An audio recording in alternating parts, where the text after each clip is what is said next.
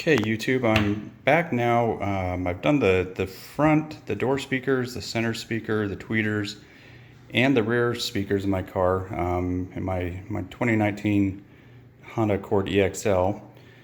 It sounds great. The EXL comes with a 450 watt amp.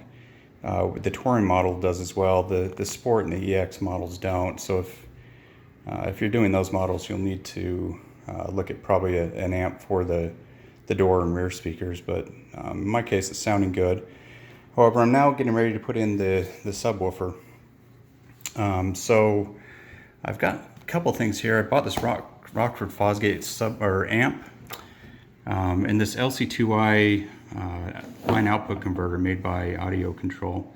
The nice thing about this is it has an auto off feature, so you don't have to run a remote line, a remote wire up to a fuse like you normally would have to, so that the amp knows when to go on and off. This device, if you haven't seen this, it's a great instrument.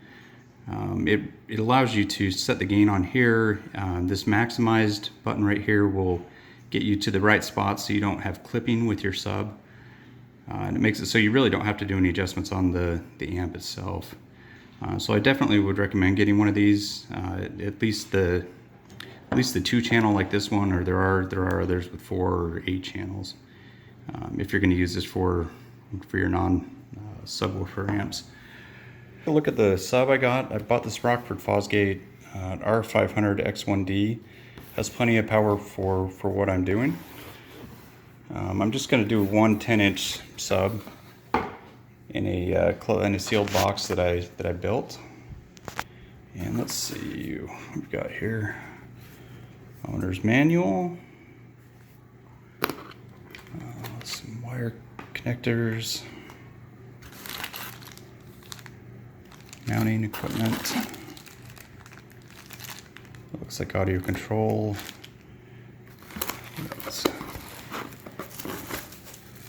An audio control knob.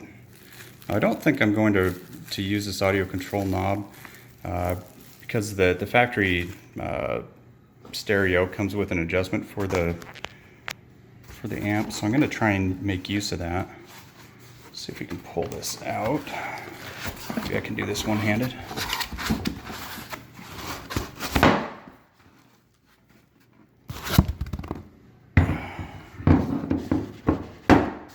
Okay, that's a great looking amplifier. It's got the gain settings, equalizer. Okay. So let's look at how we're actually going to set this up. Okay, so I'm back here in my trunk, and what I've done, I'm going to put the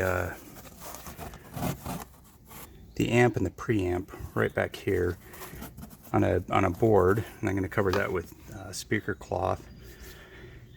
And so what I've done is taken some cardboard and cut it out to fit this space back here. And what that does is it leaves a little bit of space behind there, so I can run some wires behind there without them being all over the trunk. So I'm going to take that cardboard, I'm going to line that up on some 3/8 inch plywood. I'm going to cut the plywood out, and then we'll keep going from there. Okay, so I'm out in my garage again, and what I'm going to do is take this cardboard cutout that I made, and I trace the lines right here onto this wood. I'm just going to take my jigsaw and cut that out, and we'll see how that fits in the trunk. So I've got my amp and my preamp on here now. I took the piece of wood, fitted it in the back of the car, and it fit really well. This is where I'm going to put the amp and the preamp. So speaker wires will come right into here. Of course, I'll have to wire this for power here. And then the outputs for the sub are right here. I'll bring those back behind the board into the amp right there. Like I said, I'm going to drill some holes in here to, first of all, mount the amp and the preamp. But I'm also going to drill some holes that will allow wiring to come up as I need it here. And we'll go to that point. Okay, so I went ahead and cut out some box carpet here. I just had some of this from the, I bought it from Crutchfield from the subwoofer, my box I built. So I went ahead and cut it. I cut it a little bit big because you're going to want to wrap this around the sides. To apply this, you want to use some contact adhesive. I got this one at Home Depot. This is what I used for my subwoofer box when I put the carpet on there, and it worked just fine. When you go to apply that, you want to spray it on the wood itself and then also on the carpet. Otherwise, it's not going to stick really well. So I'm going to go ahead and spray that, let it sit for a minute, and then we'll see what that looks like, and I'll go around and do the back side, wrap that carpet over there. Okay, so there's what I ended up with. The carpet looks really nice in the front. In the back, you've got nice support there. I drilled a few holes through this 2x4 back here so I could put speaker, power, different wires to different places. You don't want the speaker and the power wires running next to each other. The one thing I wish I had thought to do was to screw this board in before putting the carpet on, because I've ended up with a few screws right there, but not too bad. The other thing I'm going to do is I just have some metal wire. There's just some wire rope, and inside the car, let's take a look over here.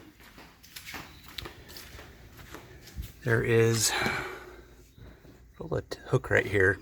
So I'm going to get some of this wire and run it through one of those holes, and then I'll hook it over that too, just to help hold that up so it doesn't fall over. So we'll see how that looks. Okay, so I went ahead and mounted the amp and the preamp on there.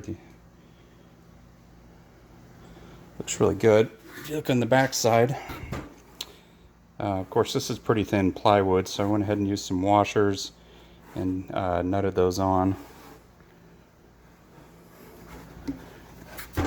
But looks really good from the front. I just tried it in the car and it looks really good. I'll take it over and show you. There it is in the car. Looks really good, fits in pretty tight here. There's some space up here. That's all right. I think it looks really good.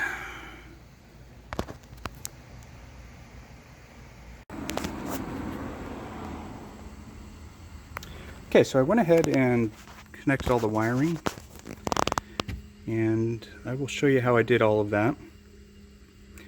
Eventually this wiring needs to be put back behind the rest of this with the rest of the wiring.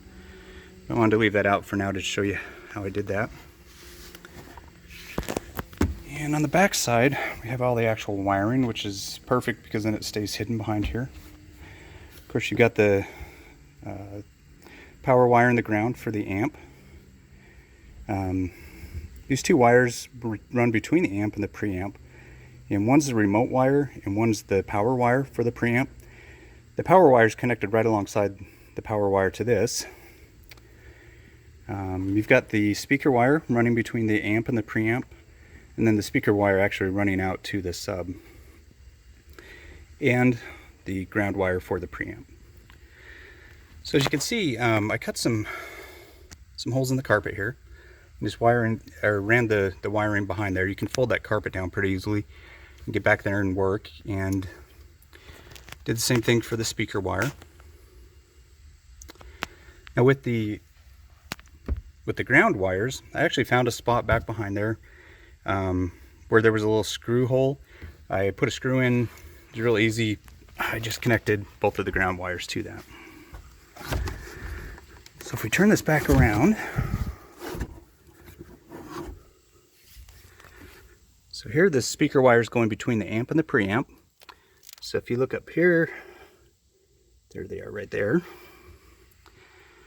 Like I said, the remote out wire and the power wire, these blue wires for the preamp, they run behind here. The power wire is connected up right alongside the power wire here. And the remote wire goes to this second spot here, which is for the remote. And of course your ground wire is right here. Actual speaker wire that runs out to this sub is right here.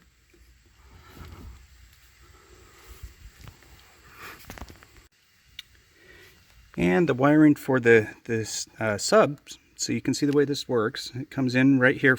This is what's actually connected to the sub. And I had to split these because you have to connect to both the left and the right. So I spliced an additional speaker wire into each of these, ran it into here, so you have your left and right. And then that speaker wire on the right side is what feeds over to the amp. Now that speaker wire that runs back here, I did the same thing. I folded the carpet down, I ran it around behind there, and you can lift that flap up right there. So the wiring is actually underneath that, so it stays all nice and clean. And it comes around to the right side of the sub right there. So all in all, this turned out to be very clean. It looks very nice when you put it back up, and it sounds amazing. Now, one other thing I wanted to point out is that my source for my speaker wire is actually up here from this amp, or this factory sub.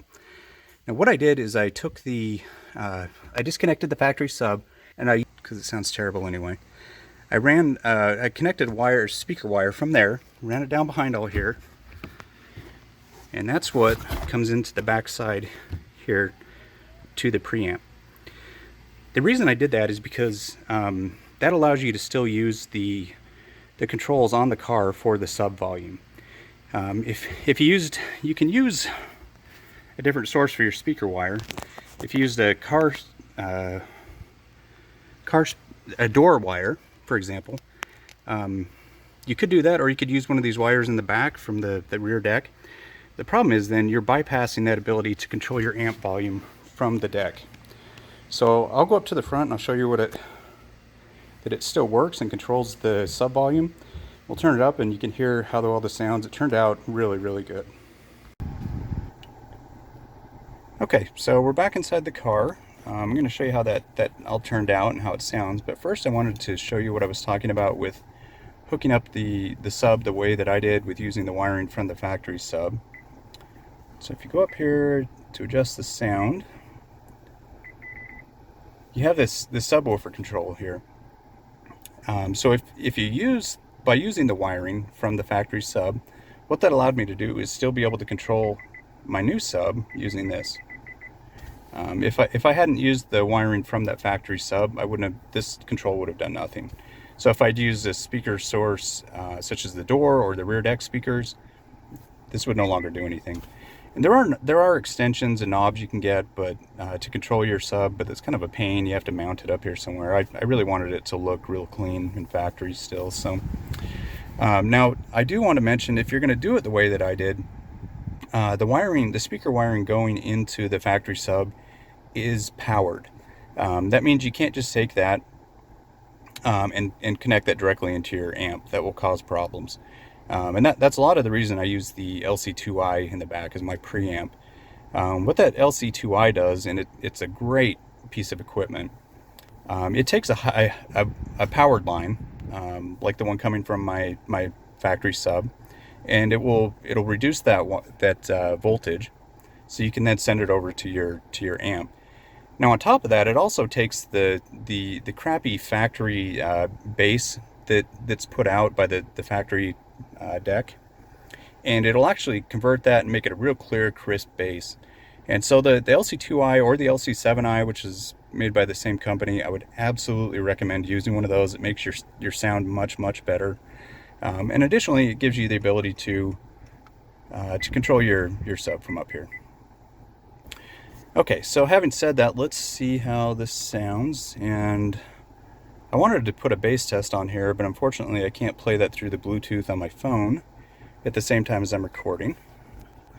So I'm just going to pull up something.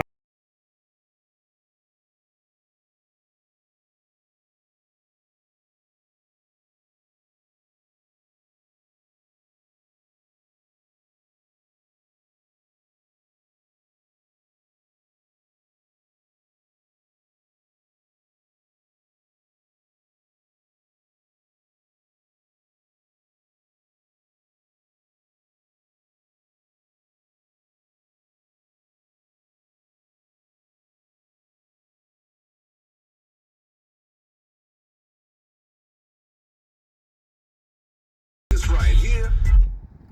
Okay, so you could hear how much that bass kicks in. Hopefully that came across well on the speakers or on this recording. So this was absolutely a very fun build. I had a lot of fun doing this. I would absolutely recommend doing it. It did take several hours, especially I built my own box for the sub. I'll put links to all of the equipment that I use down below this video, so if you want to go ahead and get some of those, you can do the same build.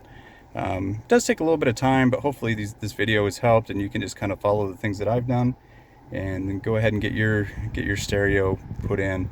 It's absolutely made driving this car a lot more fun.